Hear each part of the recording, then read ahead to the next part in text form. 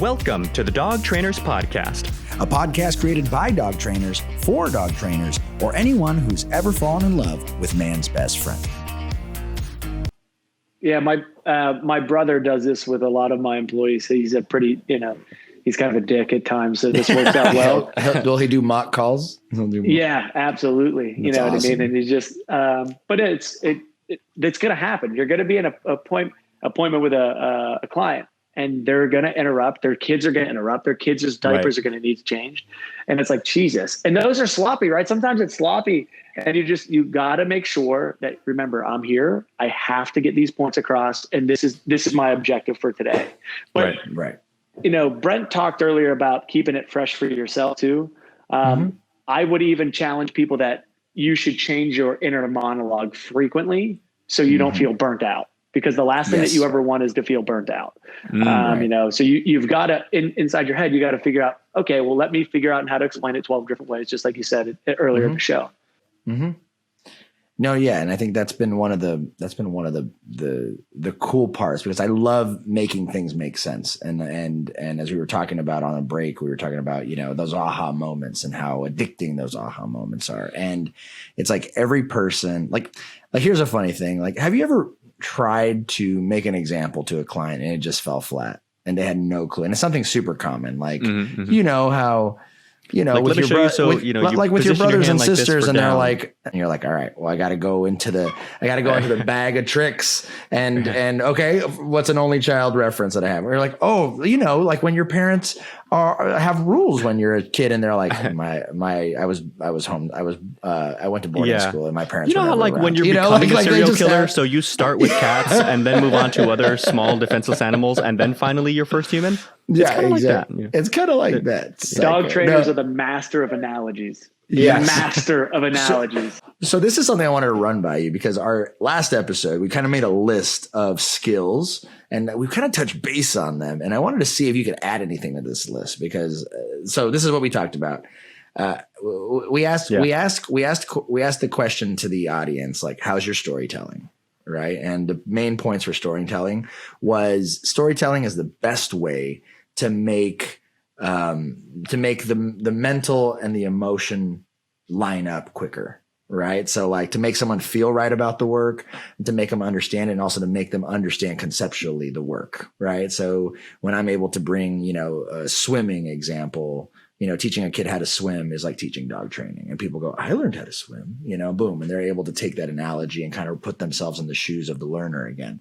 So that was one thing. How is your storytelling? Number two was, how's your technical teaching, which is what we were talking about earlier when we were talking about Michael Ellis and how he breaks shit down, and, all that technical teaching of where, the timing, the placement, the body language reads, all that stuff. Right. So ultimately, the technical teaching is, how observant are you? And one of the points we made, the only way you become a better technical teacher is actually by teaching people stuff, right? And being good yourself, and then teaching people technical stuff. The third thing was over and over again, over and over, and you hit roadblocks where you're like, why are they not understanding this? And then you go back to the drawing board and you go, because I'm explaining something clearly. Right. Or maybe I'm jumping. Right. The third thing we talked about is, how's your troubleshooting? And so we talked about like misdiagnosing problems. We talked about, confusing fear for dominance and vice versa, confusing, the dog's challenging me when the dog's really just misunderstanding or just doesn't understand in general. Right. Here's a huge one. Lack of structure in like a rescue dog I think my dog was abused. Dude, all the time. Yeah, and lack of socialization, as my dog was beaten as a child, right? So we see all these things. So those are our three main points, right? And so what we feel helps elevate you as a dog trainer. So as you kind of learn your craft and you're learning the technicals, like you can physically train a dog. Now we're stepping into, okay, how do you train a person, right? And so our 3 points is, how's your storytelling, how's your technical teaching, and how's your troubleshooting? Right. Is there anything to that list of 3 that you think is you're missing this? Well, I don't think you're missing anything. I would just add something, right? So I coached hockey, and within coaching hockey, training dogs, training people, one thing that's really important is confidence building. So, we talk about confidence building with dogs all the time, but confidence building with people is, it's generally the same thing. You get someone to do something that they've never done before. And then if they can do it, you reward them for it. You congratulate them for it, whatever it ends up being. They feel more confident about it and more eager to try again. So you always have to find the good thing that the person did, that they did, right? Because you can fuck up the whole drill, but you did something right. Right. Yep. Right. Yeah. So you good hustle, Timmy. Yeah. Exactly. So what did they do right? Hey, you held that leash perfect, but next time stop turning with your, whatever it ends up being. Right. So, and you got to hammer on the good things that they're doing too. People do this with their dog though. All they do is they focus on the negative, right? And I say the same thing with your parent. Do you ever have a parent who just nags the shit out of you, right? You do 17 things right, but you didn't pick your socks up. You're like, really? That's what we're going to fucking focus on right now? Yeah. Really? Yep. So with people, you've got to have that ability to just say, hey, you're doing this really well. Because if they walk around like this, it doesn't matter what I'm explaining to them. They're not going to do it well. So you got to build them up a lot, just like the same way that we got to build dogs up a lot. And that is one of my passions over the past year, especially I would say within the past year, is confidence building exercises with dogs, but it should go hand in hand with people. With the owner. Yeah. Absolutely. Okay. But I love the idea of storytelling being one of the most important things, because you are not training the fucking dog. You're not just there training this dog. You have to relate to people as quick as possible. Right. The verbiage the verbiage that you have with the mental connecting with the emotional, which you stole from somewhere, because I know Brent now. Totally made that up. And I know that's not his, right? But that's brilliant, right? That's spot on. That's what information is for, to be shared, right? So my father told me something, right? Yeah, I know. It's good. My father told me something that his father told him. He said, steal with your eyes. Steal everything you possibly can with your eyes. And trainers need to be the same exact way. Yeah. I watch other trainers' videos all the time to steal as much as I fucking can with my eyes. Not in a sense of because I want to rip them off, because I want to add to my repertoire or to my arsenal of what can I do. Right. Well, the rising tide raises all ships, right? So in terms then of another great analogy. Yeah, right. That was actually mine. I invented that when I invented Michael Ellis said that in the when episode. I invented the question mark and and when I invented the chestnut. With that being said, we're talking about like the words you use and stuff like that. I almost don't want to say like steal with your eyes. You just you learn. And so, I think that's an important lesson for dog trainers, not only to hear on that side of like, yes, if you see something, innovate. That's the essence of sport. That's what we were talking about earlier with the sport thing, is like everybody steals with their eyes. That's why competition is a thing, right? But from the person who's the one who's been doing the innovating, if somebody takes your idea and then improves upon it, you realize that you too can then take their improved version and then make it even better. And then we all get better. Like I love reminding people, we all know taxis were a thing, and then Uber came around and changed the game. And it wasn't that big of a difference. It's just minor improvements make a huge impact, right? So there shouldn't be a fear associated with like picking up and running with something that could work for you. And also too, I love, as a podcast listener, like I'm a super avid podcast listener of all different kinds.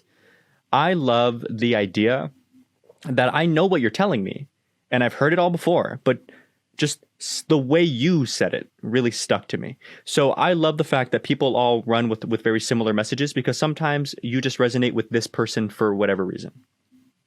Yeah. Yeah.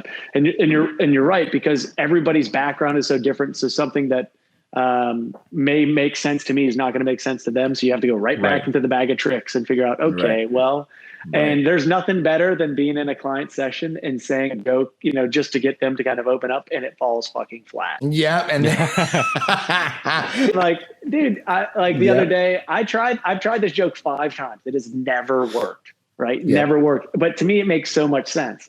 Right. And I'm like, yeah, your dog wants this, and he wants it now. He's like JG Wentworth. And no one gets it. I would totally get that. No one laughs. There's nothing. It's silent. I have a joke that only was hit once, which was people go, "Are you like the dog whisperer?" And then I go, "No, I scream at them." Yeah. That's a funny one. But no one gets it. That's a funny one. I like that one. No one gets it. I'm taking that. Yeah, I like that. You like, because as you know, as a trainer, that's the first question they ask you. You're a dog trainer? Like Caesar Milan? Yeah. Like no. Caesar? You're like, yeah. I like sarcastic humor. So like if somebody knows I know who Caesar is, and they'll be like, wow, yeah, like Caesar? Who? Yeah, and, and then they'll find that one funny. So like, you idiot. Yeah, idiot. Oh, this guy's not a dog trainer. So you were talking about confidence building and kind of that's something that we should add to that list. And I totally agree with you. What would be kind of a general breakdown? Like, how do you know as a dog trainer, how to is there a process that you go through? Or if you were going to create like a list or something that could help as guidelines for new trainers, how would you go about that? Yeah, I'll just tell you how I do it. And then from there, you can take what you want. So when we go into the house, obviously we sit down, communicate everything. Me just saying blind words to them never is going to, it may alleviate stress to the point where they're like, okay, now I'm comfortable with this guy in my house, but it doesn't make them now feel all of a sudden like this. Right. And I like, it doesn't matter what you pat them on the back with or what, rainbows you shove up their ass. It's not going to make them feel confident. The easiest way to make them feel confident is to show them that their dog is actually capable of doing something, and then showing them that they're capable of doing something with their dog. So I always try to achieve a simple task first. My first task that we're going to achieve, let's achieve a proper little leash walk outside. So I like to get the dog out. We do a little leash walk. It doesn't matter what tool, we typically would start with a slip or something of the nature. But I want to achieve my figure 8 drills with the dog, which takes 5 to 10 minutes. It's not fucking hard to teach these, right? The dog masters them because it's simple, right? And that's how everything has to be. It has to be almost in an elementary level for the dog and elementary for the owner. And then we immediately go, okay, now you're up. And they go, what? And I go, I'm going to coach you through this whole step by step. This is really simple. And they go, I can't. And this is my favorite line. You're not teaching your dog anything. Your dog already knows this. You're just simply doing it, right? So now that the human goes out there and they start to see that their dog, and typically once they've watched their dog do this a few times, they're like, oh my God, this is pretty impressive. So now they're already like on a high, and they take their dog on a leash and the dog starts to listen and they go, brilliant. And that's the first portion is they have to get a little bit of hands-on experience themselves, but I have to do 90% of the legwork so they can actually, follow through with it. And then from that point on, it's hook, line, sinker. Once they understand that they can control their dog on a leash, everything there starts to fall in line. Once the owner gets a few good reps in of practicing something that the dog already understands, then it's easier for them to kind of just build off from that. And then we can go inside the house, and everything you just learned is going to help you for the next. It's like a snowball, right? Now my snowball is bigger, and we can go do place work, which is also a very simple game for the dog to pick up. And it's a very simple game for the human to pick up, and it's now we practice place work for a bit, and then we go sit down, we write some notes, and then we'll go on to the exercises that actually pertain to the dog. Honestly, there's not one dog on this planet that shouldn't walk well on a leash, that shouldn't know place. Right? Those two should be staples. And then from there, you can build up your own program of what the dog actually needs. But I think the human gains confidence from working their own dog. You just got to make sure that they have success. Because if they fail right away, they're not going to want to do it anymore. Or they're going to not trust you because now you set them up for failure, which is the last thing that you need to do. Right. And that's something I was definitely guilty of as a younger dog trainer. Was I was trying to teach them how I would train the dog versus how they needed to learn how to train the dog, if that makes sense. Like I would, you kind of forget how much mechanical and technical skill you develop over years of training or just handling more and more dogs.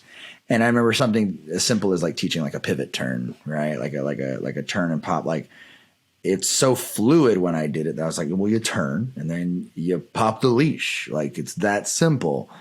And not everyone's coordinated. Some people have 2 left feet. Some people are, walk like a T-Rex, and some people, so there was like something so simple, and it was like running into those brick walls that ultimately make you pay more attention to the technical teaching, right? Like those little things. And that's one thing my mentor I would see all the time. He would just make the smallest change, and then everything would fall in line like the way it was supposed to. And so that's really cool. I really love that explanation of how just building confidence. In essence, it's like setting your owners up for success, just the same way you would set a dog up for success, right? If they bite off more than they can chew, then they're going to fail.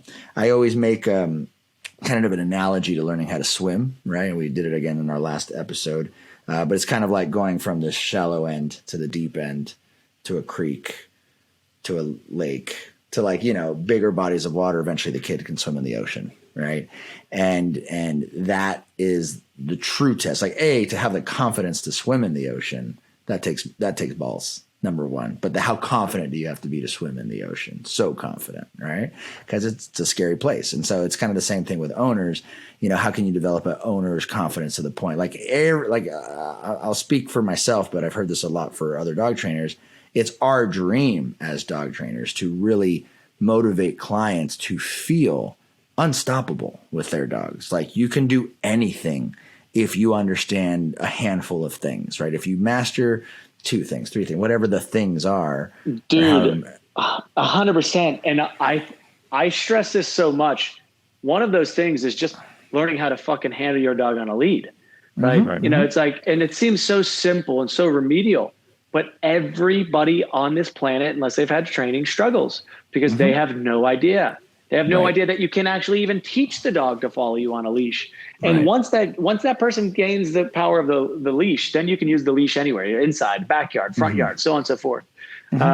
Which, I think is everything within their relationship between dog and human. They actually want to work their dog more. And then there's the trickle down effect, right? Like, there was this podcast I listened to, this is years and years ago, talking about a study of people who just did more activities with their dog, whether it was obedience training or not, how they noticed a huge change in behavior just because they were willing to do more with their dog. If you can get a client to do more, no matter what, at bare minimum, even if it's not perfect, if they can just do more with their dog, they're going to have less behavior problems it's that simple. And we see it every day with homeless people and their dogs. Right? Why are their dogs so well behaved? Because they spend freaking time, right?